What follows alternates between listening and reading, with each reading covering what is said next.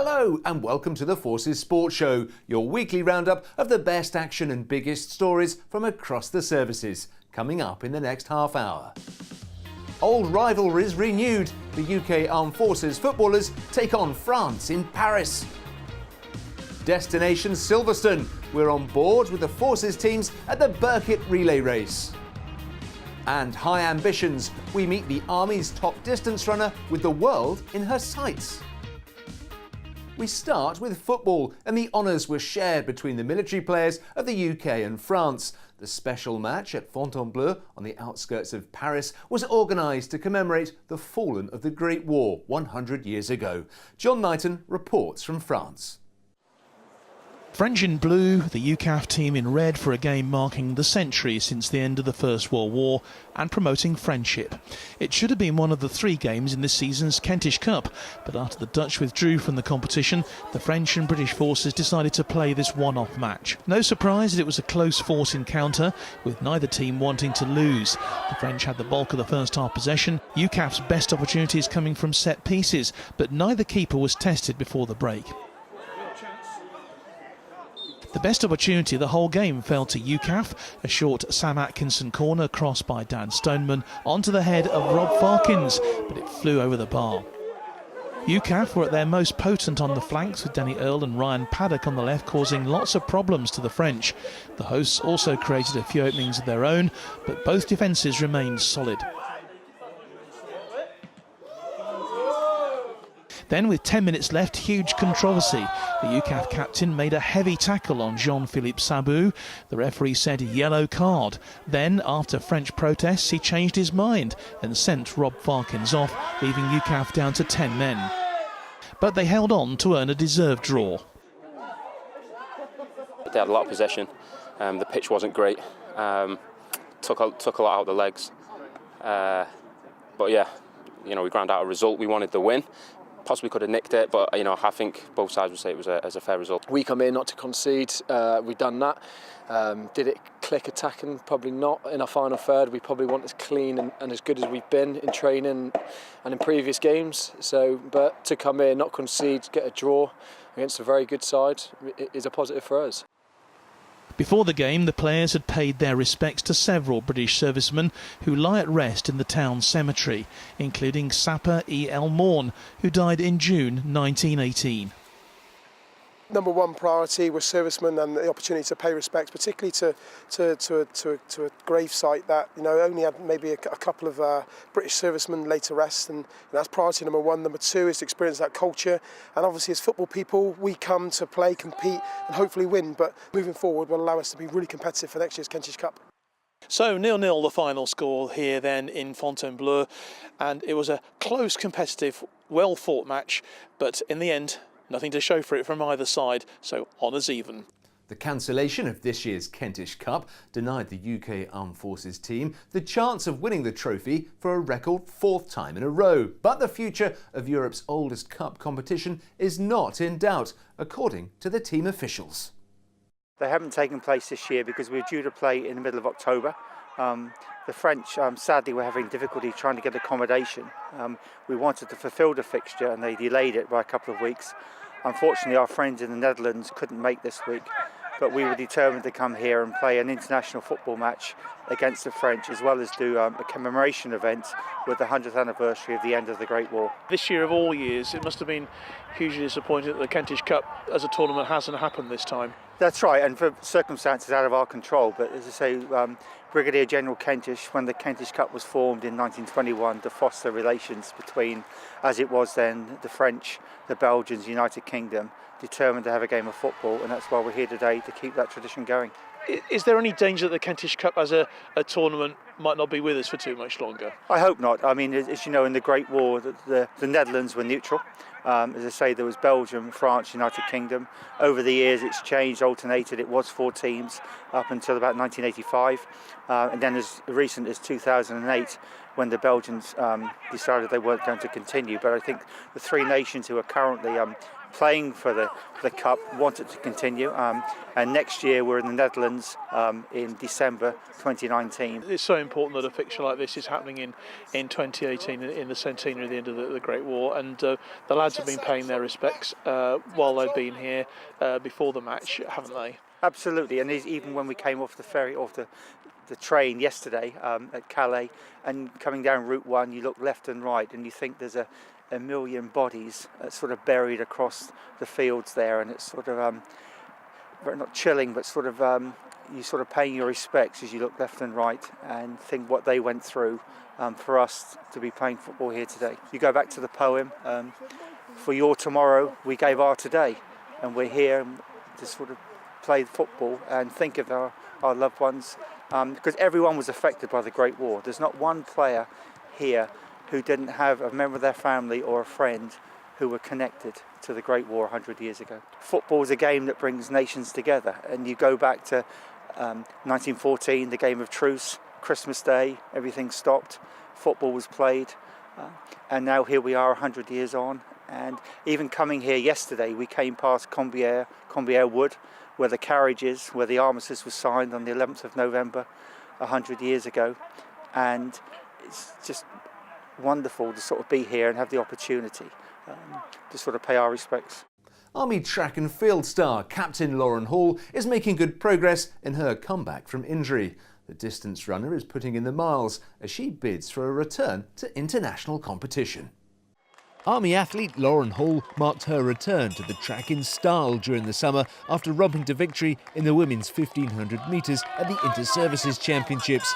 With the previous season interrupted by illness and injury, it was the confidence booster the England international needed to kick-start her comeback. As winter approaches, the focus for Lauren has switched from the track to cross-country. The going underfoot may be a little softer, but the legwork is just as tough. However, her successful summer season is helping her to make the transition. This summer's been my most successful track season in the 4 or 5 years that I've been running. So I've PB'd over the 3 events that I've competed in, so the 800, the 15,000 and 3,000. And that's really working towards next year, where I hope to focus a lot more on the track. But I know that my strength is cross country, so I'll continue to do that also. With the backing of the Army Athletics Association, Lauren splits her outdoor training with strength and conditioning sessions under the watchful eye of coach Michael Knott. He already works with the Army boxing team and shooters. Lauren admits it's helping her become a better athlete. I've recently started working with Michael, and it's really good to have that support and have him on board, because it's not just about running, it's about the strength work, in particular with cross country as you're moving through the mud. So yeah, it's really good to have that opportunity, and I feel like as a coach, me and Michael work really well together. I feel like he understands me as an athlete, and I really do like his positive energy in terms of like how he delivers the coaching. Arguably, Lauren's greatest moment in her running career so far came when she made her international debut for England. She's putting in hours of training in order to be selected for her country once more. She recalls what it was like to race in an England vest for the first time. It was such an amazing experience, and just to have my family there, because any athlete knows that having your parents and your brothers and sisters behind you is like a major factor. So just to be stood on that line in your country's kit, having them watch over you, it's an amazing feeling. Yeah, remind us of that event again. Where was it, and you know what were you doing? So I got called up for the cross country and the road. So the cross country was over in Wales. So that was a 6k course, and it was in spring, so it was a little bit hotter than the conditions I'd experienced in terms of the trials for it. But yeah, it was a really enjoyable event. And then a couple of weeks later, I went out to Ireland and represented England on the road in the 10k, and that's another event I'd like to pursue as well. Like so many military athletes, Lauren does the majority of her training in her own time. As a member of the successful Aldershot and Farnham District Athletics Club, she's racking up the miles, many of them in the dark. Thankfully, she has a supportive boss at her unit. I'm lucky that my boss currently allows me to go and work with Michael during the day. So anything other than the strength and conditioning is after work. And it is hard balancing the two, but with a support system behind you, so a good boss, I think it's definitely feasible. The efforts of her labours are already paying off. Victory in the Great South 5K will see her rivals take notice, and she will bid to give the national selectors a nudge at the end of November when she competes at the European Cross Country Championship Trials in Liverpool. Life in Sydney is returning to normal after the excitement of the 2018 Invictus Games. Ali Gibson has been with some of the people who helped make the event such a huge success. Invictus 2018 is now over, but while the athletes and families head home, we've been taking a look at those who volunteered and gave up their time to support these games.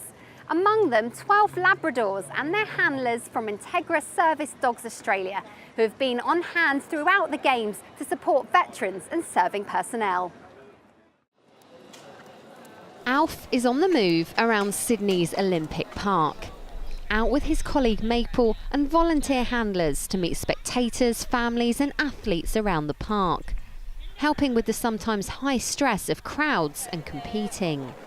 We didn't intend to have a mascot for any of the teams. We don't have enough dogs to do that. But many of the competitors who have spent some time with the animals, either in Invictus Games House or at some of the other venues, have just said, look, it'd be really great if you could come to my event. Can you be at this particular venue? And it'd be really good if you could bring, Hooper or Maple or Bear or Storm, one of the other animals. And we've managed to be able to do that. In particular, some of the folk who've told us that, this would really be a great way to help us out. There have been 12 specially trained Labradors on hand during the Invictus Games from Invictus Service Dogs Australia.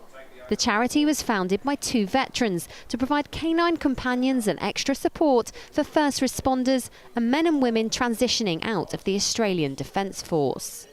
For a lot of women and men who are coping with severe post-traumatic stress, obviously one of the key challenges they find is being extremely anxious in open spaces with other people and with other humans coming and going. And that dog becomes their rock, becomes their anchor, and knows, well, you're actually starting to show twitching, you're starting to actually stutter, your body chemistry is actually changing, and I, as your mate, I can smell and detect that. So that alerting, if you like, is just incredibly powerful. The dog will pour in, touch, bark or alert to get that veteran focused back on their dog. And through that anchoring with the dog, they can manage and cope with the stresses that otherwise would push them into a very difficult space.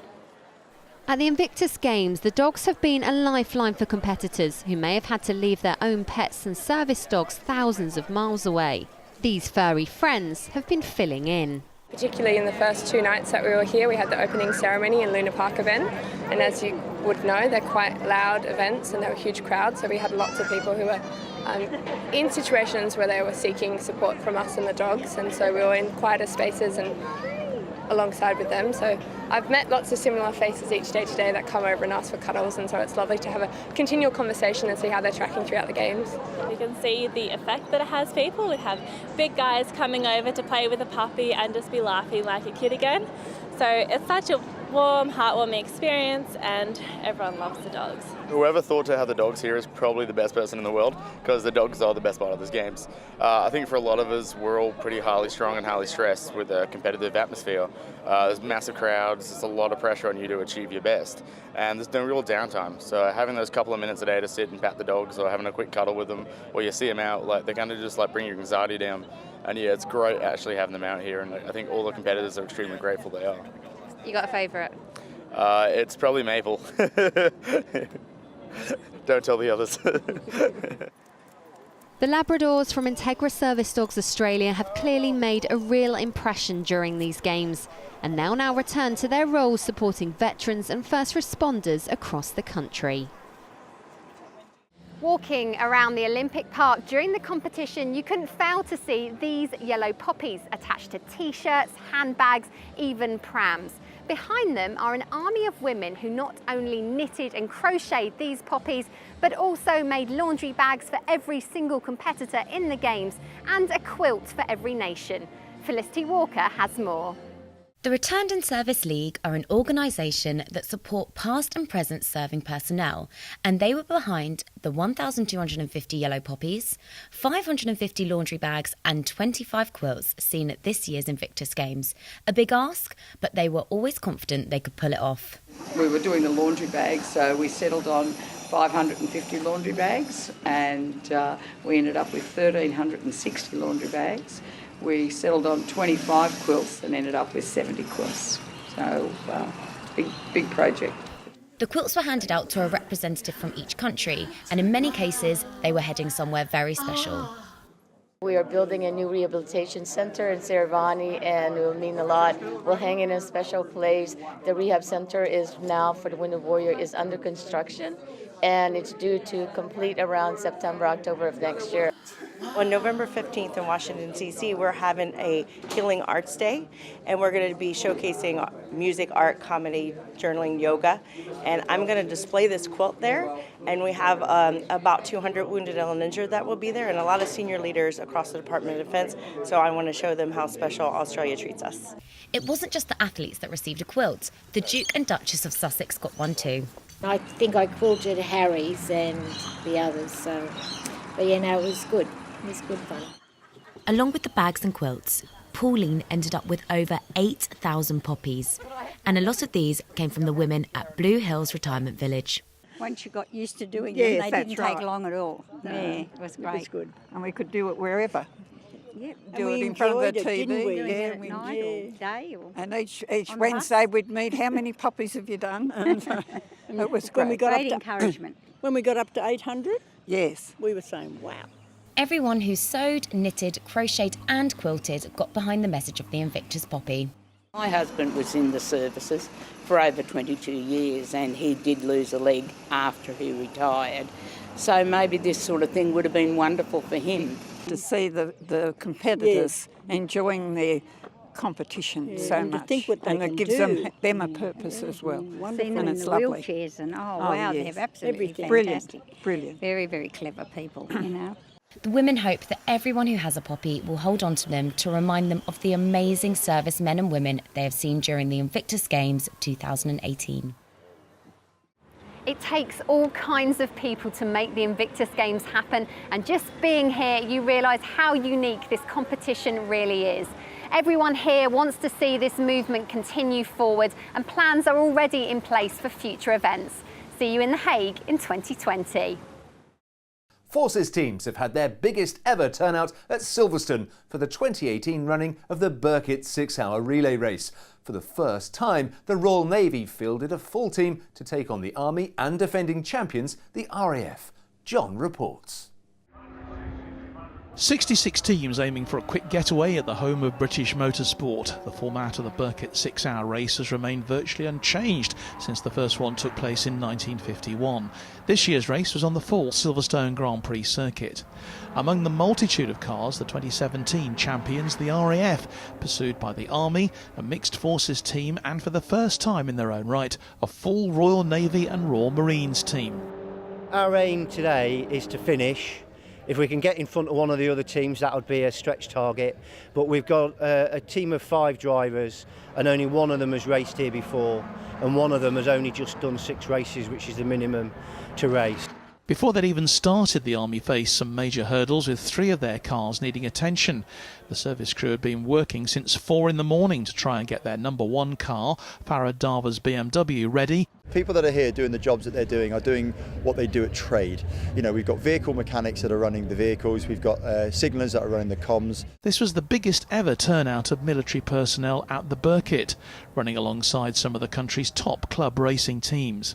The first half of the race was dry, with the Navy's Keith Atwood in his Mini supported by Richard Scott, James Cantwell, Mike Wells and Simon Vernon doing extremely well.